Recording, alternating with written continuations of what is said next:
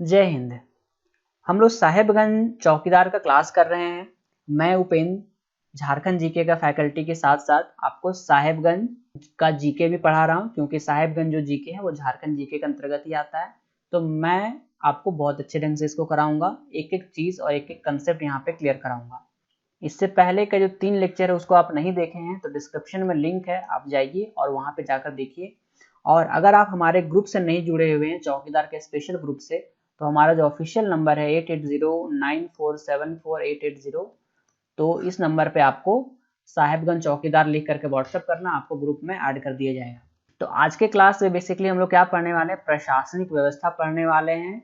जो साहेबगंज में प्रशासन कैसे चलता है, काम कैसे करता है, सरकार वहाँ पे कार्य कैसे करती है, वो हम लोग देखेंगे। तो जिला का जो मालिक बोला जाता है उसको हम लोग डीसी बोलते हैं।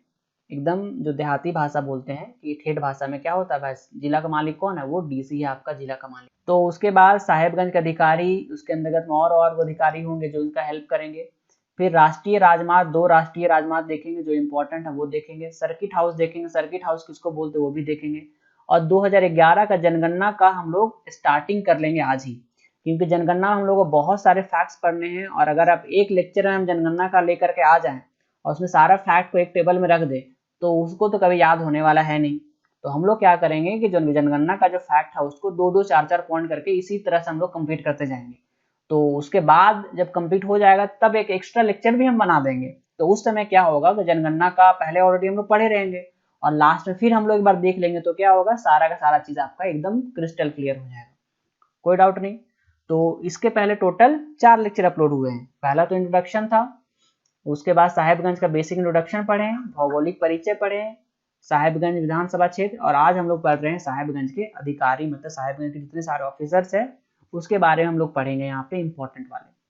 और रामगढ़ जी के जो क्लास चल रहा था चौकीदार का वो भी हमारा कंप्लीट हो चुका है। आप ऐप में भी जा सकते हैं, अगर आपके कोई दोस्त वगैरह हैं तो उनको आप रेफर कर सकते हैं। सबसे पहले हम लोग पढ़ेंगे साहेबगंज डीसी के बारे में। तो हम लोग पहले पढ़ चुके हैं कि शासन व्यवस्था पूरा झारखंड में हम लोग को चलाना है। उसके लिए क्या किया गया, राज्य हमारा झारखंड था, तो झारखंड को किसमें बांटा गया, प्रमंडल में। तो टोटल 5 प्रमंडल है और हमारा साहेबगंज किसके अंतर्गत आता है, संथाल परगना प्रमंडल के अंतर्गत। और प्रमंडल के अंतर्गत में फिर क्या होगा, जिला आएगा। हमारा जो कंसर्न है वो किसमें, हम लोग साहेबगंज के बारे में पढ़ेंगे। अब साहेबगंज हम लोग पढ़ेंगे तो डिस्ट्रिक्ट फिर किसमें बटेगा, अनुमंडल में बटेगा। इसको हम लोग क्या बोलेंगे, सब डिवीजन बोलेंगे। तो साहेबगंज में 2 सब डिवीजन में बटा हुआ है, कौन कौन, एक साहेबगंज और एक राजमहल। तो जो पूरा जिला का मालिक होता है, जिसका दारोमदार होता है जिला का जिम्मेदारी का, वो किसके पास रहता है, डीसी के पास रहता है। तो इसको बोलते हैं डिप्यूटी कमिश्नर। तो डिप्यूटी कमिश्नर साहेबगंज के कौन है, वो राम निवास यादव है। इनका ज्वाइनिंग डेट कब है, 9 अक्टूबर 2020 को इनका ज्वाइनिंग डेट है। और जनरली एक डीसी के पास क्या क्या शक्तियां रहती हैं, क्या क्या भार रहता है, वो हम लोग अभी देखते हैं। पहला तो वो डिप्यूटी कमिश्नर है, उपायुक्त जिसको बोलते हैं, डीसी तो है ही, साथ में उनके पास डिस्ट्रिक्ट कलेक्टर का भी पावर है और डिस्ट्रिक्ट मजिस्ट्रेट का भी पावर इन्हीं के पास है। तो ये आपको ध्यान रखना है कि एक डीसी के पास बहुत सारे पावर होती हैं और इनको हेल्प के लिए बहुत सारे अलग अलग अधिकारी यहाँ पे नियुक्त किए जाते हैं। वो अधिकारी कौन कौन से हो सकते हैं, ये उपायुक्त है। उपायुक्त किसको किसको यहाँ पे हैंडल करेंगे, तो देखिए बहुत सारे यहाँ पे हो सकते हैं। उप विकास आयुक्त जिसको आप एडिशनल कलेक्टर बोलते हैं, एसी इंग्लिश में। उसके बाद डीडीसी, डीडीसी बहुत इंपॉर्टेंट काम करते हैं, जिसको आप डिप्यूटी डेवलपमेंट कमिश्नर बोलते हैं। और ये हैं प्रभात कुमार बर्दियार। तो नाम याद रखना है आपको, जब भी आप साहेबगंज का लोकल न्यूज़पेपर देखिएगा ना तो आपको आए दिन ये सारे नाम देखने को मिलेंगे आपको। तो मेरा तो आपका सजेशन ये रहेगा, आप न्यूज़पेपर को थोड़ा ध्यान से देखिए, कम से कम एक पेज जो साहेबगंज जो डिस्ट्रिक्ट के बारे में रहता है उसको देखा कीजिए, तो आपको पता चलेगा अच्छा प्रभात कुमार बर्दियार का नाम तो सुने हुए हैं। अच्छा, फिर बात करते हैं डायरेक्टर डीआरडीए, अपर समाहर्ता इसको बोलते हैं। उसके बाद कार्यपालक मजिस्ट्रेट, एग्जीक्यूटिव मजिस्ट्रेट। उसके बाद डिस्ट्रिक्ट सप्लाई ऑफिसर, जिला आपूर्ति अधिकारी। डिस्ट्रिक्ट ट्रांसपोर्ट ऑफिसर जिसको डीटीओ बोलते हैं आप लोग, जहाँ पे आप लाइसेंस बनाने के लिए जाते हैं। डिस्ट्रिक्ट वेलफेयर ऑफिसर, जहाँ से कल्याणकारी सुविधाएं आपको मिलती हैं, जो स्कॉलरशिप वगैरह होती हैं वो सारे। डिस्ट्रिक्ट पंचायती राज ऑफिसर और डिविजनल फॉरेस्ट ऑफिसर या वन प्रमंडल अधिकारी। तो वन प्रमंडल पदाधिकारी कौन है, मनीष तिवारी, जिसको आप बोलते हैं क्या, डीएफओ है ना, वन प्रमंडल डिविजनल फॉरेस्ट ऑफिसर, डीएफओ। तो डीएफओ आपका कौन है? मनीष तिवारी। डीडीसी कौन है? प्रभात कुमार बर्दियार। और आपके डीसी कौन है? ये रामनिवास यादव। ये आपको ध्यान रखना है। तो आपको पता चल रहा है ना कि कैसे साहेबगंज में आपका जो पावर है कैसे डिस्ट्रीब्यूट है, साहेबगंज काम कैसे करता है। तो सबसे ऊपर है आपके डीसी, है ना। तो ऐसे आपका काम करता है। बहुत सारे ऐसे ऐसे अधिकारी हैं जो इसको रिपोर्ट करते हैं। जब भी आप न्यूज़पेपर देखेंगे या फिर ट्विटर देखेंगे साहेबगंज का, तो आपको एक पैनल मिलेगा जहाँ पे बीच में सेंटर में रहेंगे आपके रामनिवास यादव और बाकी सारे ऑफिसर साइड में यहाँ रहेंगे और मीटिंग वगैरह ऐसे करके बहुत सारे फोटोज आपको देखने को मिल जाएंगे। तो ये सब देखिएगा ना, आपको पता चलेगा, आपको एक नॉलेज बहुत अच्छा गेन होगा वहाँ पे। अब बात करते हैं सब डिविजनल ऑफिसर के बारे में। हम लोग को पता है टोटल सब डिवीजन 2 है साहेबगंज में। कौन कौन है? एक साहेबगंज खुद है और दूसरा राजमहल है। तो जब 2 सब डिवीजन है तो 2 सब डिविजनल ऑफिसर होंगे। तो साहेबगंज का जो सब डिविजनल ऑफिसर है वो कौन है? हेमंत सती। हेमंत सती। और राजमहल का कौन है? राजमहल के यहाँ पे रोशन कुमार शाह। तो राजमहल का आर से आपका राजमहल भी है और रोशन से आर आपका रोशन भी है। तो आर आर यहाँ पे आप देख सकते हैं। तो कोई यहाँ पे डाउट नहीं है, ये वाला याद हो गया। राजमहल का वही ऑप्शन सही होगा जिसमें ऑप्शन आर सही रहेगा और वो रोशन रहेंगे। और साहेबगंज का जो दूसरे वाले हेमंत सती है वो रहेंगे। अब बात करते हैं सुपरिटेंडेंट ऑफ पुलिस, जिसको हम लोग एसपी बोलते हैं। तो एसपी पूरे जिले का होता है। तो जो साहेबगंज जिले के जो एसपी है, जिसको हिंदी में पुलिस अधीक्षक बोलते हैं, मैंने यहाँ पे दोनों इसलिए लिखा हुआ, तभी भी आपको क्वेश्चन मान ले पुलिस अधीक्षक आया या सुपरिटेंडेंट ऑफ पुलिस आए या एसपी आए, तभी भी आप जान पाए कि तीनों का मतलब एक ही है। और वो कौन है? वो है अनुरंजन किस्टोप्पा, एसपी है आपके साहेबगंज का। तो ये सारे आपको ध्यान होने चाहिए कि किस तरह से यहाँ पे काम चल रहा है और कौन कौन का क्या नाम है यहाँ पे। अब बात करते हैं 2 राष्ट्रीय राजमार्ग के बारे में। हम लोग को यहाँ पे पढ़ना है मात्र 2। एक 33 के बारे में पढ़ना है और एक 80 के बारे में पढ़ना है। तो देखते हैं 33 और 80 क्या है भाई। हम बात करते हैं NH 80 के बारे में, राष्ट्रीय राजमार्ग या नेशनल हाईवे 80। ये कहाँ से कहाँ तक है? आप देख रहे हैं ये बरहरवा, ये बरहरवा। बरहरवा से मिर्जा चौकी। मिर्जा चौकी कहाँ है? मिर्जा चौकी आपका साहेबगंज में है। तो एग्जैक्ट मुझे नहीं पता है कि ये किधर से जाता है। ये मान ली इधर से भी जा सकता होगा, इधर से भी जा सकता हो। तो मैं शॉर्टेस्ट रास्ता ले लेता हूँ ऐसे करके, ठीक है ना। तो मिर्जा चौकी, ये मिर्जा चौकी यहाँ पर होगा आपका, मिर्जा चौकी, और यहाँ पे बरहरवा होगा।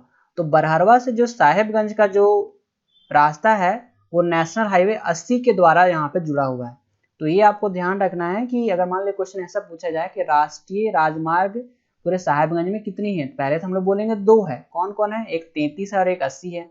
अगर डीप क्वेश्चन पूछा कि इनमें से NH 80 कहाँ कहाँ से गुजरती है या कहाँ कहाँ से होते हुए जाती है, एक ऑप्शन रहेगा आपका साहेबगंज से मंडरो, एक ऑप्शन रहेगा साहेबगंज तालझिरी, एक ऑप्शन रहेगा आपका साहेबगंज से बरहरवा। तो आप क्या टिक कीजिएगा? साहेबगंज से बरहरवा आप यहाँ पे टिक कीजिएगा। क्लियर हो गया।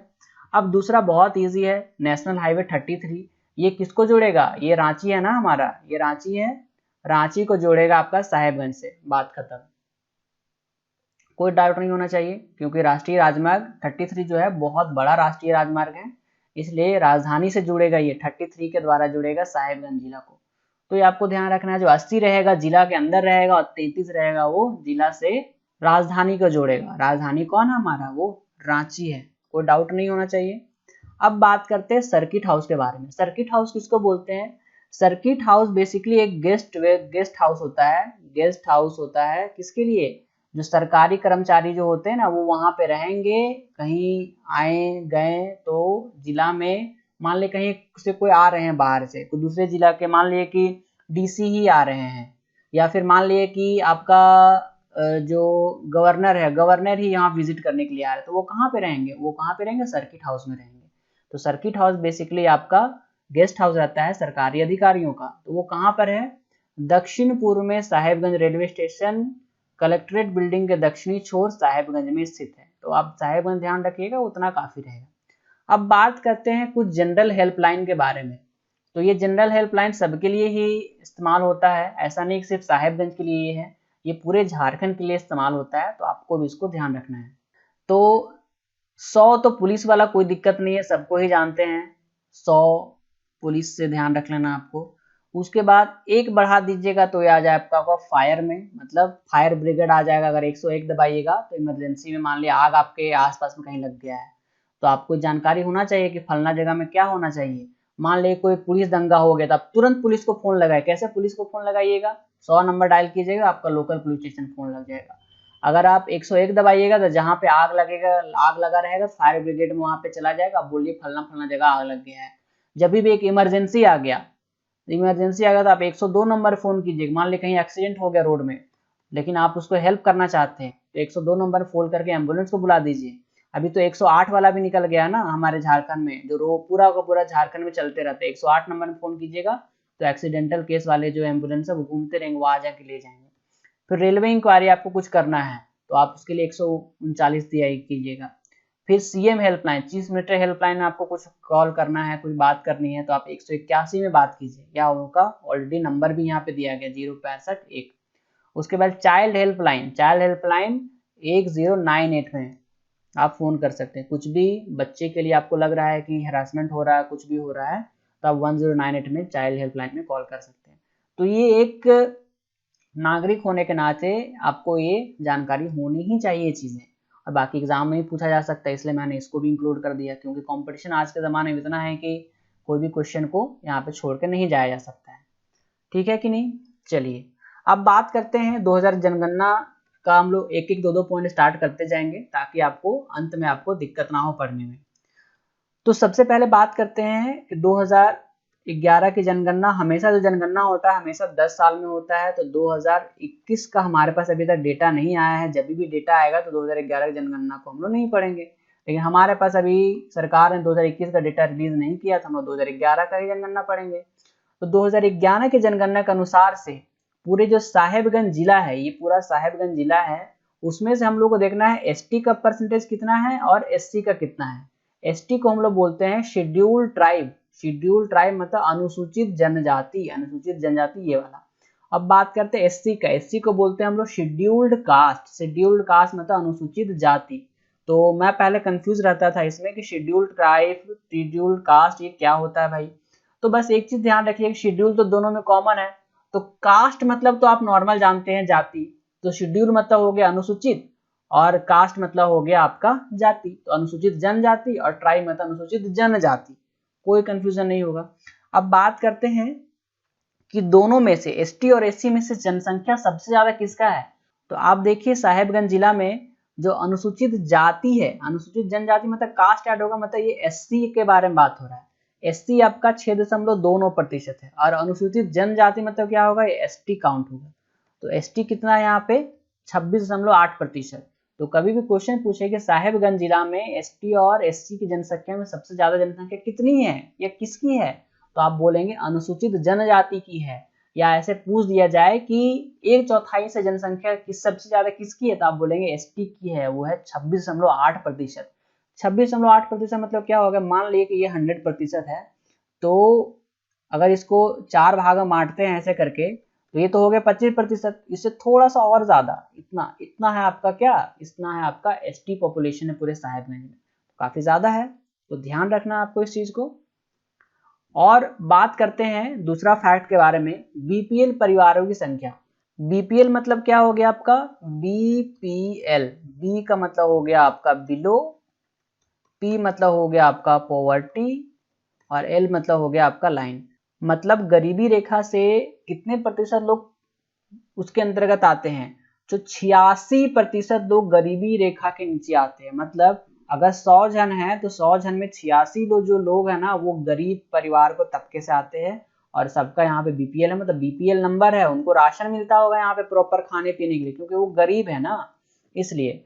तो ये 2 फैक्ट हम लोग आज यहाँ पे याद कर लिए कि बीपीएल परिवार की संख्या कितनी है 86 है, और एससी की कितनी है 6.9 और एसटी कितनी है 26.8।